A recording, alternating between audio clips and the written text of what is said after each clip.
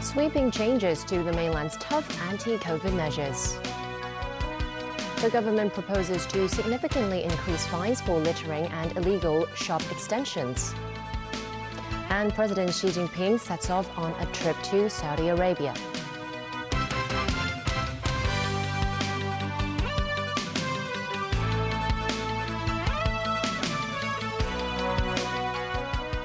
Good evening and welcome to TVB News. The mainland today announced the most sweeping changes to its tough anti-COVID measures since the pandemic began 3 years ago. Epidemic control rules have been relaxed, including allowing infected people to quarantine at home and shortening the 8-day quarantine period for close contacts to 5. Still, authorities are maintaining restrictions on incoming travelers. The National Health Commission introduced 10 more guidelines today. This is the second time in less than a month China has optimized its anti-COVID policies. This times of optimization is not really a complete relenting or loosening up. It is an active choice instead of a passive loosening. Actually, based on the features of the current variant that has been prevalent in our country and also the trending of the pandemic, so that it has already provided a very favorable condition for the future optimization of the measures. Well, it has made us more prepared to finally tame the virus at the end of the day. Previously, infected patients with mild or no symptoms must be sent to quarantine camps, followed by 7 days of medical surveillance at home. From now on, patients can choose to quarantine at home. If their PCR test results have a CT value of 35 or above, both on the 6th and 7th days, they will no longer be subject to quarantine. Meanwhile, close contacts will only be subject to 5 days of home quarantine. The stay-at-home order will be cancelled if they test negative on their last day of their quarantine period. In case of district-wide lockdowns, nothing should block fire exits or any entrances. More RAT tests will replace PCR tests. The checking of negative test results and health codes is no longer required for entering most premises or taking train rides. But it's still mandatory for visitors to elderly facilities, medical institutions and schools. In-person teaching will resume at schools that are infection-free. For now, still no relaxation of restrictions on incoming travelers. Authorities added that there will be no restrictions on the amount of drugs people can buy to treat flu or fever. All these measures were announced as the mainland reported 25,000 new domestic infections today. Reactions were mostly positive following the announcement of changes. Many mainland residents who plan to go on holiday have rushed to look for flight tickets online. But some are worried that relaxation would lead to more infections. They think it would be safer to travel within the country instead of going overseas. In Hong Kong, lawmakers welcomed the relaxation but stressed we should not expect quarantine-free travel between the city and the mainland to happen immediately. I'd like to see the quota increase from presently, I think it's 1,000 per day to maybe 2,000 or even higher.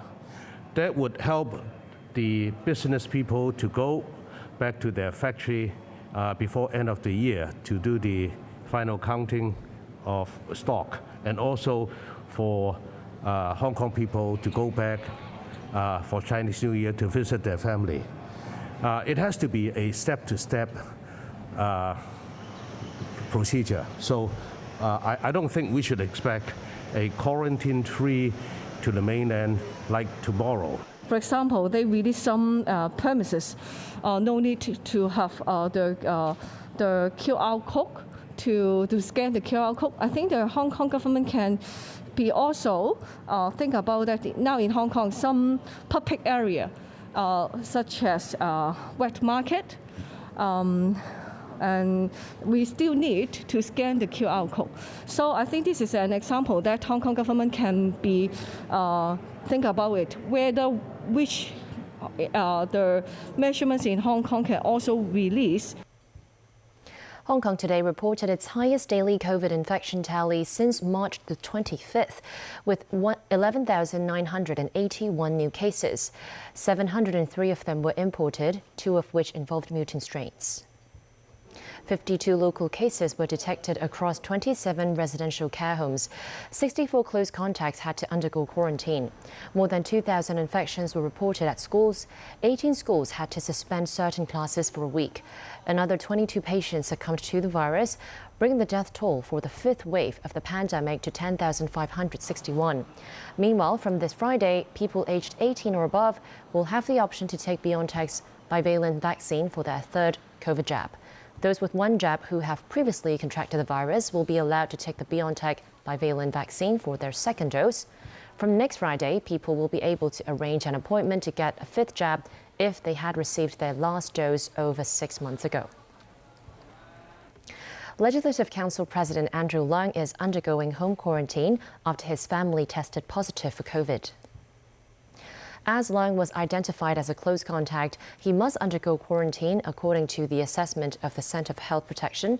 Spokesman for Leung said he will work at home during the quarantine period in compliance with the guidelines issued by Hong Kong's health authorities. Leung's rapid antigen test result came out negative this morning. Due to his absence, today's LegCo meetings were chaired by Starry Lee or Ma Fung Kwok as acting president.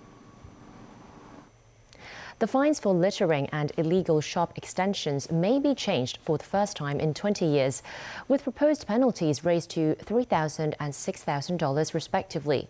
That as the government steps up efforts to build a cleaner city. Timothy Lee has more.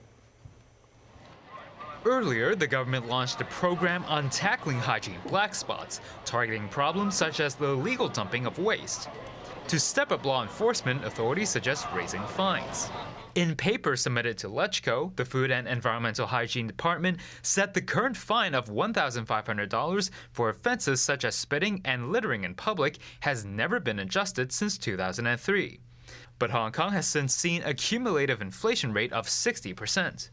Authorities propose raising the penalty for 7 related offenses to $3,000.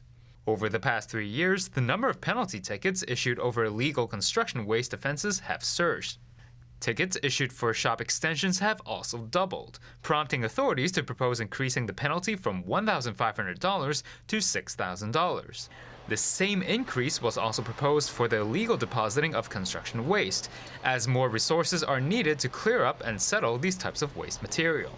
The illegal dumping of waste, once plaguing the streets of Shung Shui Po, has noticeably improved over the years under stricter government enforcement. But many residents still believe the government is still not doing enough to clean the city streets.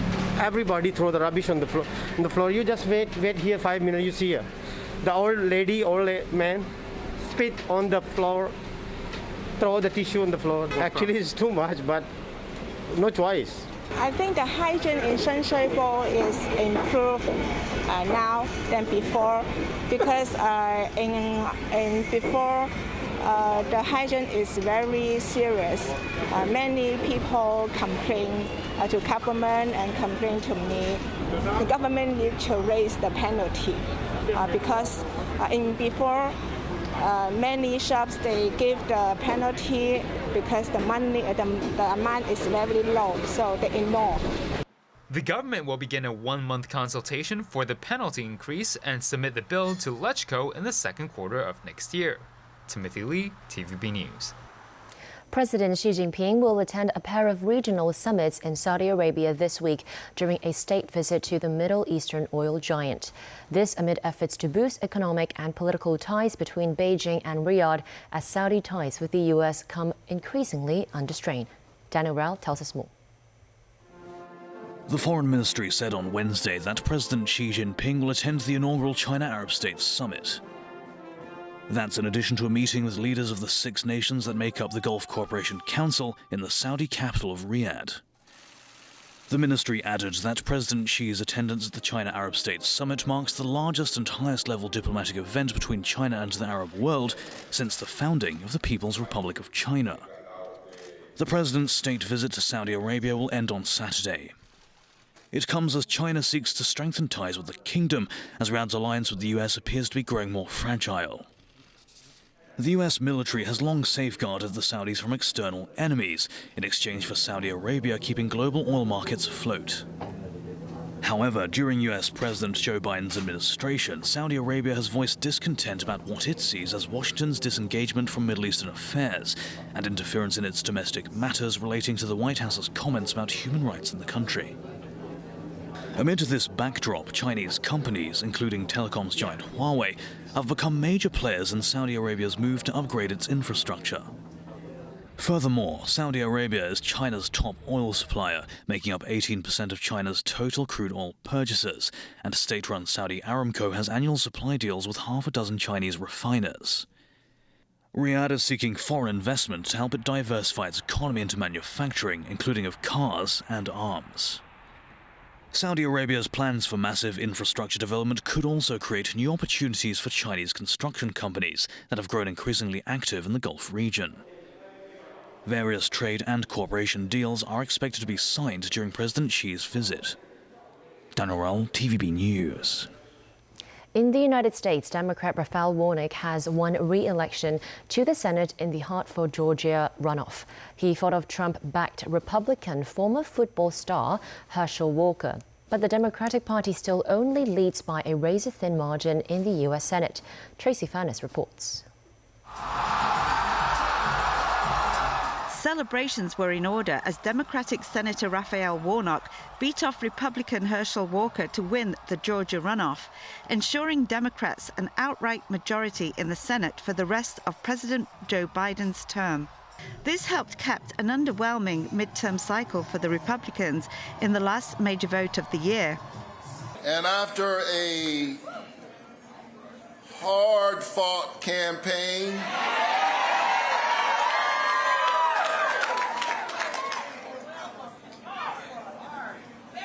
or should I say campaigns? It is my honor to utter the four most powerful words ever spoken in a democracy. The people have spoken. A vote is a kind of prayer for the world we desire for ourselves and for our children. Voting is faith put into action. Walker spoke after the loss late Tuesday night and did not argue with the results. There's no excuses in life, and I'm not going to make any excuses now because we put up one heck of a fight. With Warnock's second runoff in as many years, Democrats will have a 51-49 Senate majority, gaining a seat from the current 50-50 split with John Fetterman's victory in Pennsylvania. The Republican defeat is a setback for Donald Trump as he seeks his party's nomination to run for the White House again. Going forward, there will still be a divided government, with Republicans having narrowly flipped House control. Tracy Furness, TVB News. Former U.S. President Donald Trump's company was convicted Tuesday of tax fraud for helping executives dodge taxes on extravagant perks such as Manhattan apartments and luxury cars. As a punishment, the Trump Organization could be fined up to $1.6 million. The guilty verdict came on the second day of jury deliberations. It was the only criminal trial to arise from the Manhattan District Attorney's 3-year investigation into the former president and his businesses. Longtime Trump Organization finance chief Alan Weisselberg previously pleaded guilty to hatching the 15-year scheme. He testified in the trial in exchange for a promised 5-month jail sentence. Besides a fine, there are other ramifications for the organization. Still to come on tonight's news. Another drone attack on an airfield deep in the Russian territory.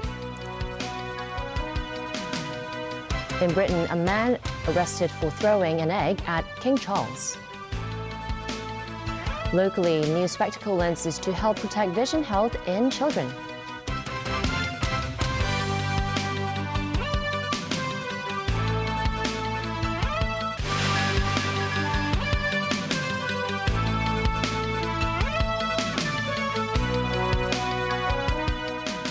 Welcome back to TVB News. Another drone attack has been carried out on a Russian airfield, the third such strike in 2 days. Moscow has blamed Ukraine for all of the blasts, but Kiev has not claimed responsibility. Meanwhile, in Ukraine, many are now facing a harsh winter without power or heat as Russia continues its bid to damage the country's vital infrastructure. We get more from NBC News. Russia suspects Ukrainian drones were busy again today, deep in Russian territory, attacking an airbase and setting a fuel depot ablaze. The aftermath was plastered across Russian TV. The public told Russia is under attack. Russia accused Ukraine of deadly drone attacks on 2 air bases yesterday, a satellite image showing the aftermath. Ukraine did not claim responsibility. Russia responded with a volley of missiles, further crippling Ukraine's power grid. Ukrainian President Zelensky today, visiting troops in the east, told them victory is coming. But Ukraine is being battered. There are rolling power cuts amid a particularly harsh winter. The cold is harming the poorest and most vulnerable. In Kherson, the hospital has no electricity. Victoria is taking her son Kirill for a checkup. He has cerebral palsy and other conditions, including dystonia and seizures. They have no power or heat at home, and now the boy, underweight, has a fever. Every day we fear what will happen tomorrow, she says. We can't sleep peacefully because of the explosions, and neither can Kirill. We have been without water and electricity for 3 weeks. It's hard. Of course it's hard. Russia is using the cold here as a weapon. It's an ancient tactic in this part of the world to force submission. But now there's the very modern addition of drones flying hundreds of miles into Russia. A man was arrested for throwing an egg at King Charles III during a walkabout in Luton, about 50 kilometres north of London. Police confirmed that a man in his 20s had been detained after the egg was thrown in Charles's direction in the city's St. George's Square. The new king was visiting the area and also went to a Sikh temple and tried a new automated train line. Since the death of his mother, Queen Elizabeth II, Charles and his wife Camilla, the Queen Consort, have visited many places across Britain. Last month in York, a man was arrested for throwing an egg at Charles and Camilla. Buckingham Palace declined to comment on the latest egg incident.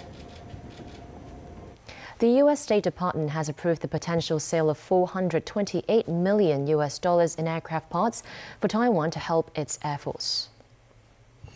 The package will help Taiwan's fleet of F-16 fighters, C-130 transport planes and other U.S.-supplied weapon systems. The sales were announced just weeks after President Joe Biden met his Chinese counterpart Xi Jinping for talks in Indonesia.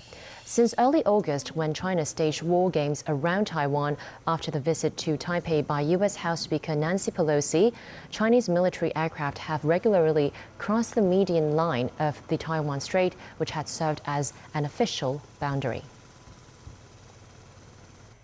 Back locally, MTR services on East Rail Line were disrupted this morning after a man died on the track at Taiwan Station. The accident happened at around 11 a.m. on the platform on which trains were heading towards Changshui. The man jumped onto the tracks while the train was entering the station, the MTR said.